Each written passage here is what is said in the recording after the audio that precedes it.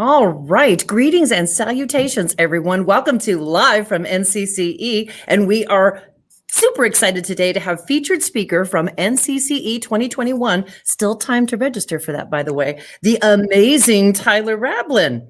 So we are so thrilled to have you here today. Tyler is an instructional tech coach at Sunnyside in Washington, the great state of Washington. And Tyler, I follow you on Twitter, and I have been so fascinated with some of your tweets. The one that really got to me was why is every score required to be calculated in the percentage grade? I can't wait to hear what you have to say about it. Tyler, thank you for being here with us, and take it away.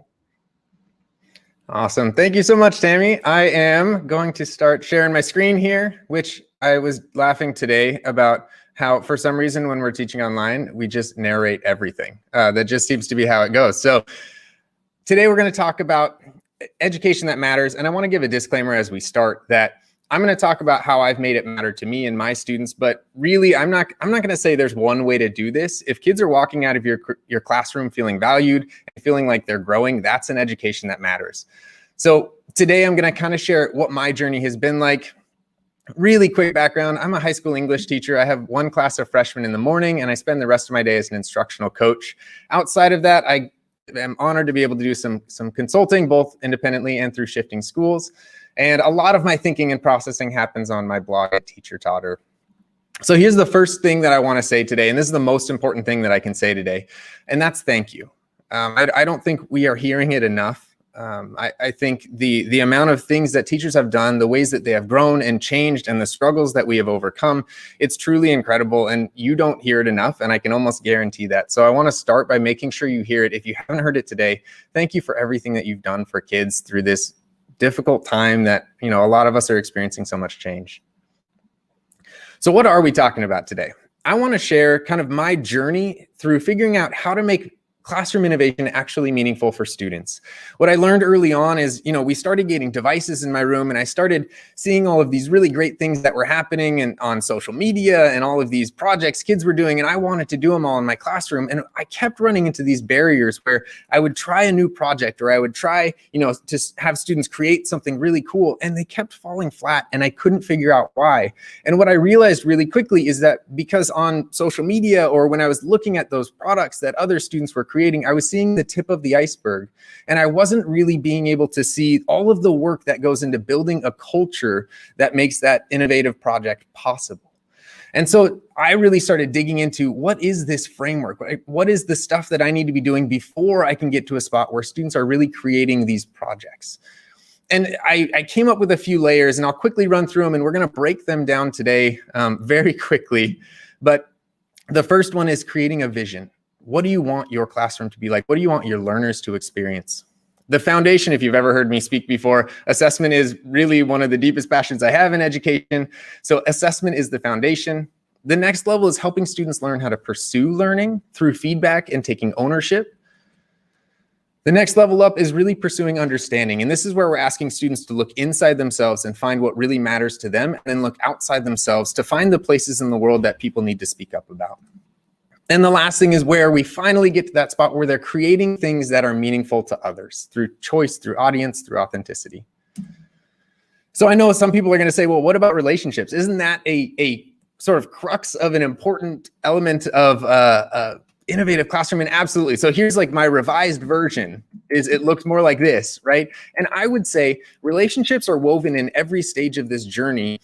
And I think it's important that we don't sort of decouple relationships from these classroom practices, because I've seen great relationships broken down by an improper use of grading, right? I've seen great relationships seem inauthentic when the student is never offered choice to bring themselves into the classroom. So for me, relationships have to be woven into all of these practices that we're doing. So let's start by talking about vision, right? How do you create a vision? And I know your school, your district probably has their big vision statement, but I would really encourage you to think for yourself. What will your students be prepared to do when they walk out of your classroom? And I want to push that a step further and actually say, does your vision statement resonate on an emotional level? And let me kind of give you an example of what this looks like. So I would say the first one is the what, right? This is the statement that sometimes we see. It's, kids will be able to do these things. For me, I'm an ELA teacher. They can read, they can identify an author's message. But that doesn't tap into the emotional level that I think a vision statement needs to have. And so for me, the value is when we start bringing in the why, right? I think my students will leave my class empowered, knowing what matters to them, how to find truth, and why the world needs them. They will see injustice and have the boldness to stand up against it. They won't be afraid of new challenges because they have the skills and the courage to tackle anything. They will always know that I have their back. I think in a year, especially like this year that has been so difficult, this is the reason that I can get up every day and come to my job excited about what I do, right? That's not always, it's not going to happen every day. But this is, I think so many of us need to have this why, this reason that we teach posted somewhere for us to see so that we can always keep this in front of us and remember that even on the hardest days, here's why I do what I do. Every section is going to end with a key question. Here's the key question for this section is, do you have a vision statement? What is it? Do you have it written down? And if you don't, I would strongly encourage you, write one down. Write out your explanation of what students are going to be able to do when they leave your classroom. The next level up is assessment. And I'm promising myself I'm not going to talk for the entire 25 minutes on just assessment. But here's the thing why assessment is the foundation for me in terms of an innovative classroom. Grading practices so often build a foundation of fear for students. And if you don't believe me, ask your students, right? And because they're so afraid of failure, they're so afraid of bad grades. And we know that when we are in a state of fear and experiencing a possible threat, our brain kicks into fight, flight, or freeze. And that is not an innovative experience, right? Like you're not going to see a zebra running from a lion on some plane. And all of a sudden it's going, this is a great time to innovate. Right? That doesn't, it's like, this is when I'm going to survive. And a lot of times that's how our kids are feeling when they're in grading practices that are viewed as a threat.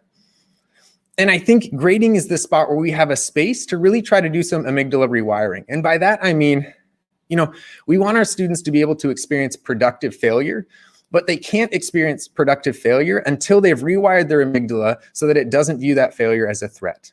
They need to be able to fail over and over and over again without serious consequences, so they stop being afraid of it. But if we're constantly punishing with grades, they're not going to stop being afraid of it. They'll just continue being afraid. And the last thing I'll say is if grades are the foundation of our classroom, we have to be careful about how we use them because so often they're used for extrinsic motivation, which is great for helping people accomplish low-level tasks. But when we're talking about deep heuristic processes, those complex learning experiences, extrinsic motivation can often actually be a barrier for that. So for me, that's why grading really has to be the foundation that we first address if we really want to see innovation happen in our classrooms. To help cement this point, here's a sample grade book that really drives home some of this stuff for me. And the question I want you to be thinking about as you're looking at this is, what's the message? What are the messages being sent here? If you look at student A showed the most growth. They started at a 1 and ended at a 5. Look at their final grade. They have one of the lowest grades in the class. Student B, constant performance, no growth, probably didn't need all those attempts, but they got the highest grade. We're sending the message that growth is not valued in here. Right? And I know that might sound harsh, but I think there's a reality to it that a lot of students experience, that we send the message that it doesn't matter as much where you end as where you started. If you look at student C did great, ended at a really high level of proficiency. They just had a few mistakes and look what happened. And so if we're trying to create an environment where students don't fear failure, we have to be asking, what messages in my grading system, what is it sending to kids? The other thing when we talk about grading in sort of innovative environments is this grade book to me really points it out, is what do we want kids focused on? I look at that top one, and I'm focused on the assignment because that's the only thing I can focus on. Versus the bottom one, we're focused on learning. We're focused on growth. We're focusing on my next attempt. Right? And I think about, where's the flexibility? On the top one, the flexibility is you have one choice. Are you going to do quiz 1 or not? Right? There's the flexibility. Versus down below, if we're creating space for students to demonstrate their learning in different ways, we're going to start seeing flexibility. And I would say also accountability. The bottom really is accountability for learning instead of just accountability for doing. So again, these key questions, ask yourself, what messages does my grading system send about growth, risk-taking, and failure? I've had to have this conversation with myself numerous times. It's not a fun conversation, but it's an important one. And lastly, does my assessment inspire hope or fear in my classroom? And I think that hope has to be what is driving all of this forward. Hope that we're going to grow, that we're going to do better, that we're going to get better. So that's the foundation. The next level up is helping students learn how to pursue learning through feedback and through teaching them to take ownership. And I always use this term, do students know how to drive their own learning, right? I use it with my students a bunch. I want them to be in the driver's seat, not a passenger in the car as we're going through this experience.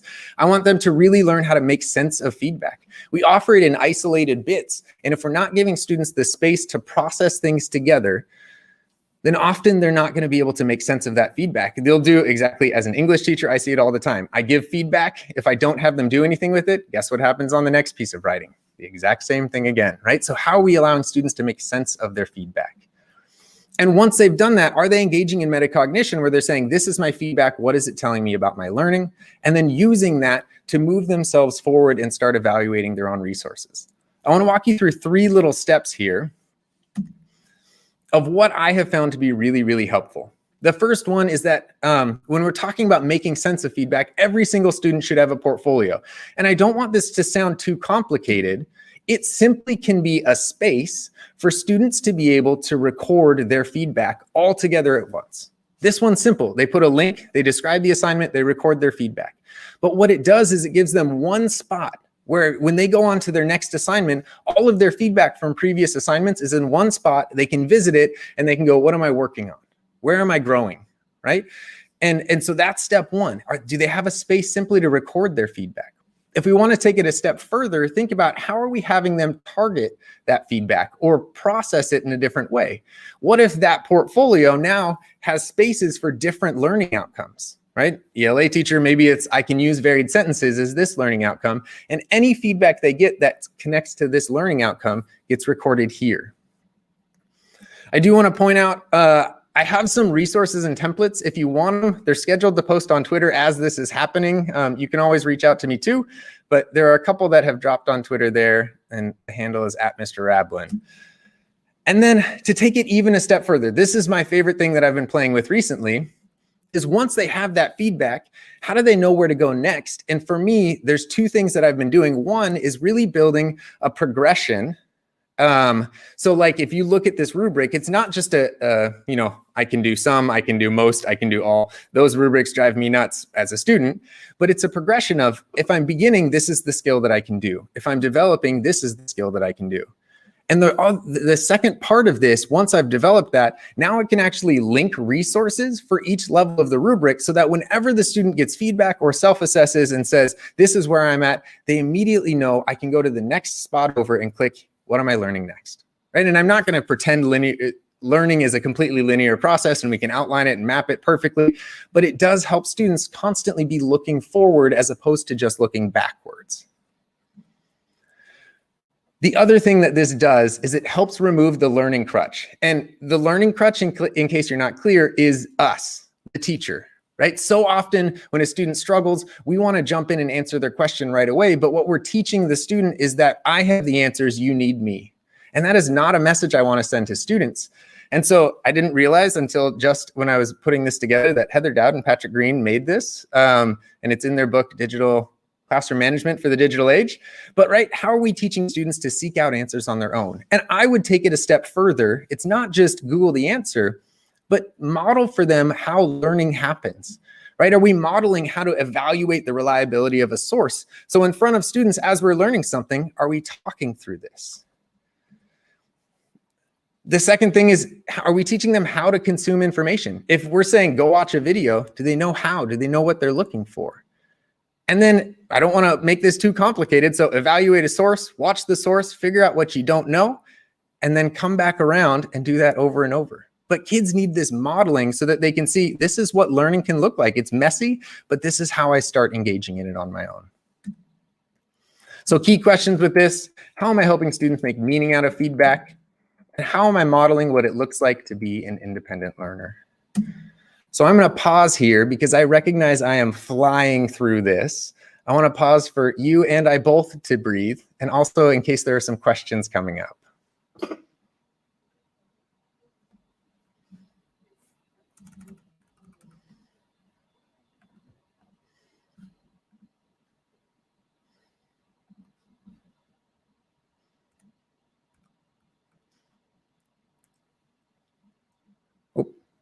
Tammy, I thought for a second my earbuds weren't working, but I think you may have been muted.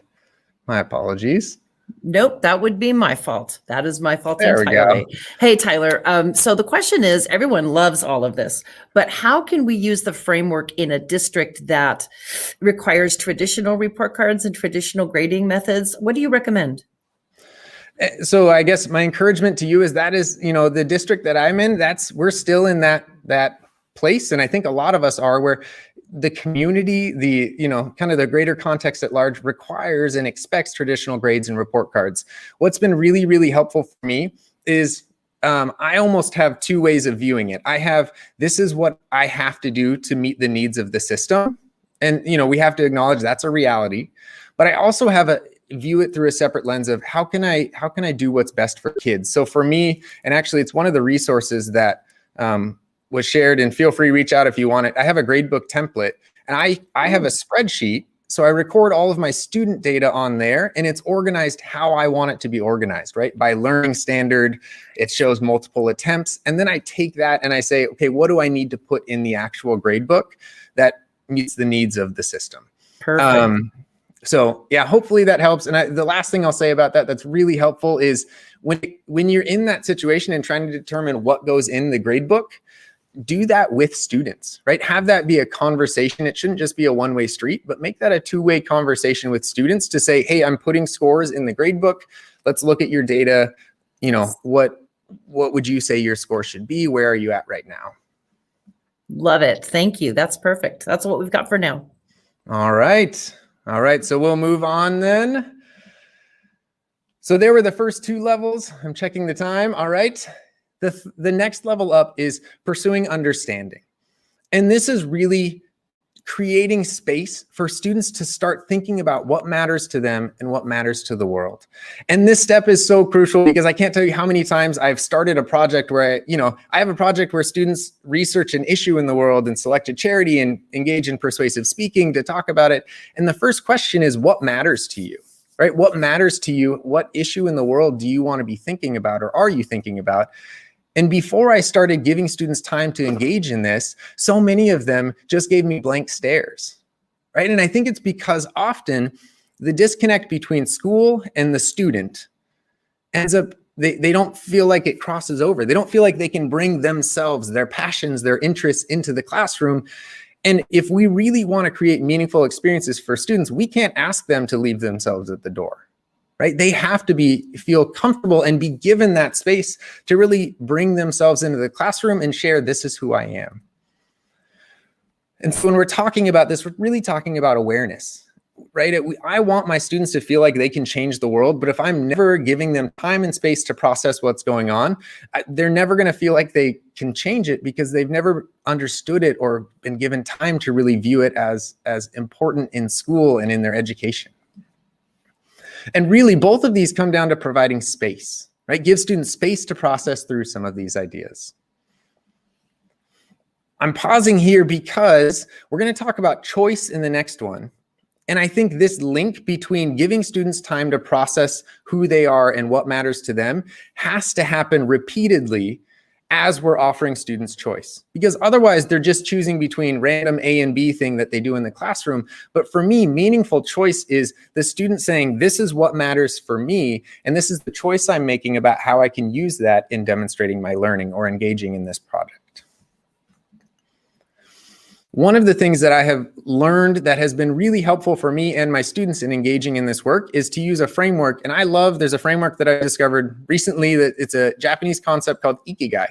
And it's really, really simple, but the idea is that there are 4 realms, and the goal is to create a life that includes all 4. And the first one is, what do you love? What are you good at is the second. The third is, what does the world need? And lastly is what you can be rewarded for. We're going to talk about these first two because it's really, when we're talking about helping students understand themselves, is really having them process through these two things. So for what do you love, what are your life experiences that have created a passion for you for something? in terms of what do you love, what makes you happy, what makes you smile, what brings you joy, and how can you bring that into the classroom? And again, talking about choice, we have to give students the space to be thinking about these before we're saying, now just jump in and make a choice. We want them to know that what you're passionate about matters in this classroom, because then when they get to make a choice, they can really engage in that and say, well, I know that I can bring this here. The second thing is, what are you good at? And we don't ask this question of students enough in school, I don't think. So often students feel like I'm not good enough. But I want my students to be thinking about, what am I good at right now? There's always areas to grow. But I want my students to know that they have strengths and they can offer value. One of my favorite ways to do this is when we go into small groups. I used to just prescribe roles for students to do. But now I've started asking them, how do you add value to group settings? Some students are good note takers, and they'll say that. Some students are great at asking questions, or listeners, or leaders, but allowing them to identify their strengths and bring that into their groups has made for a much more productive space, because students say, this is how I can engage best. The second piece of this, when we're talking about, awareness and pursuing understanding, is, what does the world need? And if you need a starting point for these conversations, I have found the Sustainable Development Goals are fantastic at getting students thinking about some of these big concepts, but really just asking questions like, how might these concerns show up in your community? Or what experiences do you have that might connect with one of these? To help them think about what matters to me, in my context, in my place. And I would really encourage you, start small. Don't feel like you have to make this big giant project, but every once in a while, have an entry task and just ask students, if you had $100 to make a difference, what would you do? It gets the wheels turning, gets them thinking about, how could I make an impact, right? Or this is something that my class does. Every Monday, a student is responsible for sharing one thing we should be more aware of in the world. One thing that's going on that they're worried their students aren't paying, or their peers aren't paying attention to. You could have things like class community posters where students are identifying what are things that make us happy, bring the class together, but also have them identify, these are things I'm interested in and I'm passionate about. Or simply, and I mentioned this, the group roles. How are they acknowledging the value that they offer in the spaces they're in? The key that I'll say with this, and this is sort of a caution, if we're going to ask students, what are your strengths, interests, and passions, and then never let them use them in the classroom, I'm always concerned about the message that sends to students. It says, I know who you are and what matters to you, but you don't get to do that here. So if you're going to ask students for these, how are you going to let them use them in the classroom?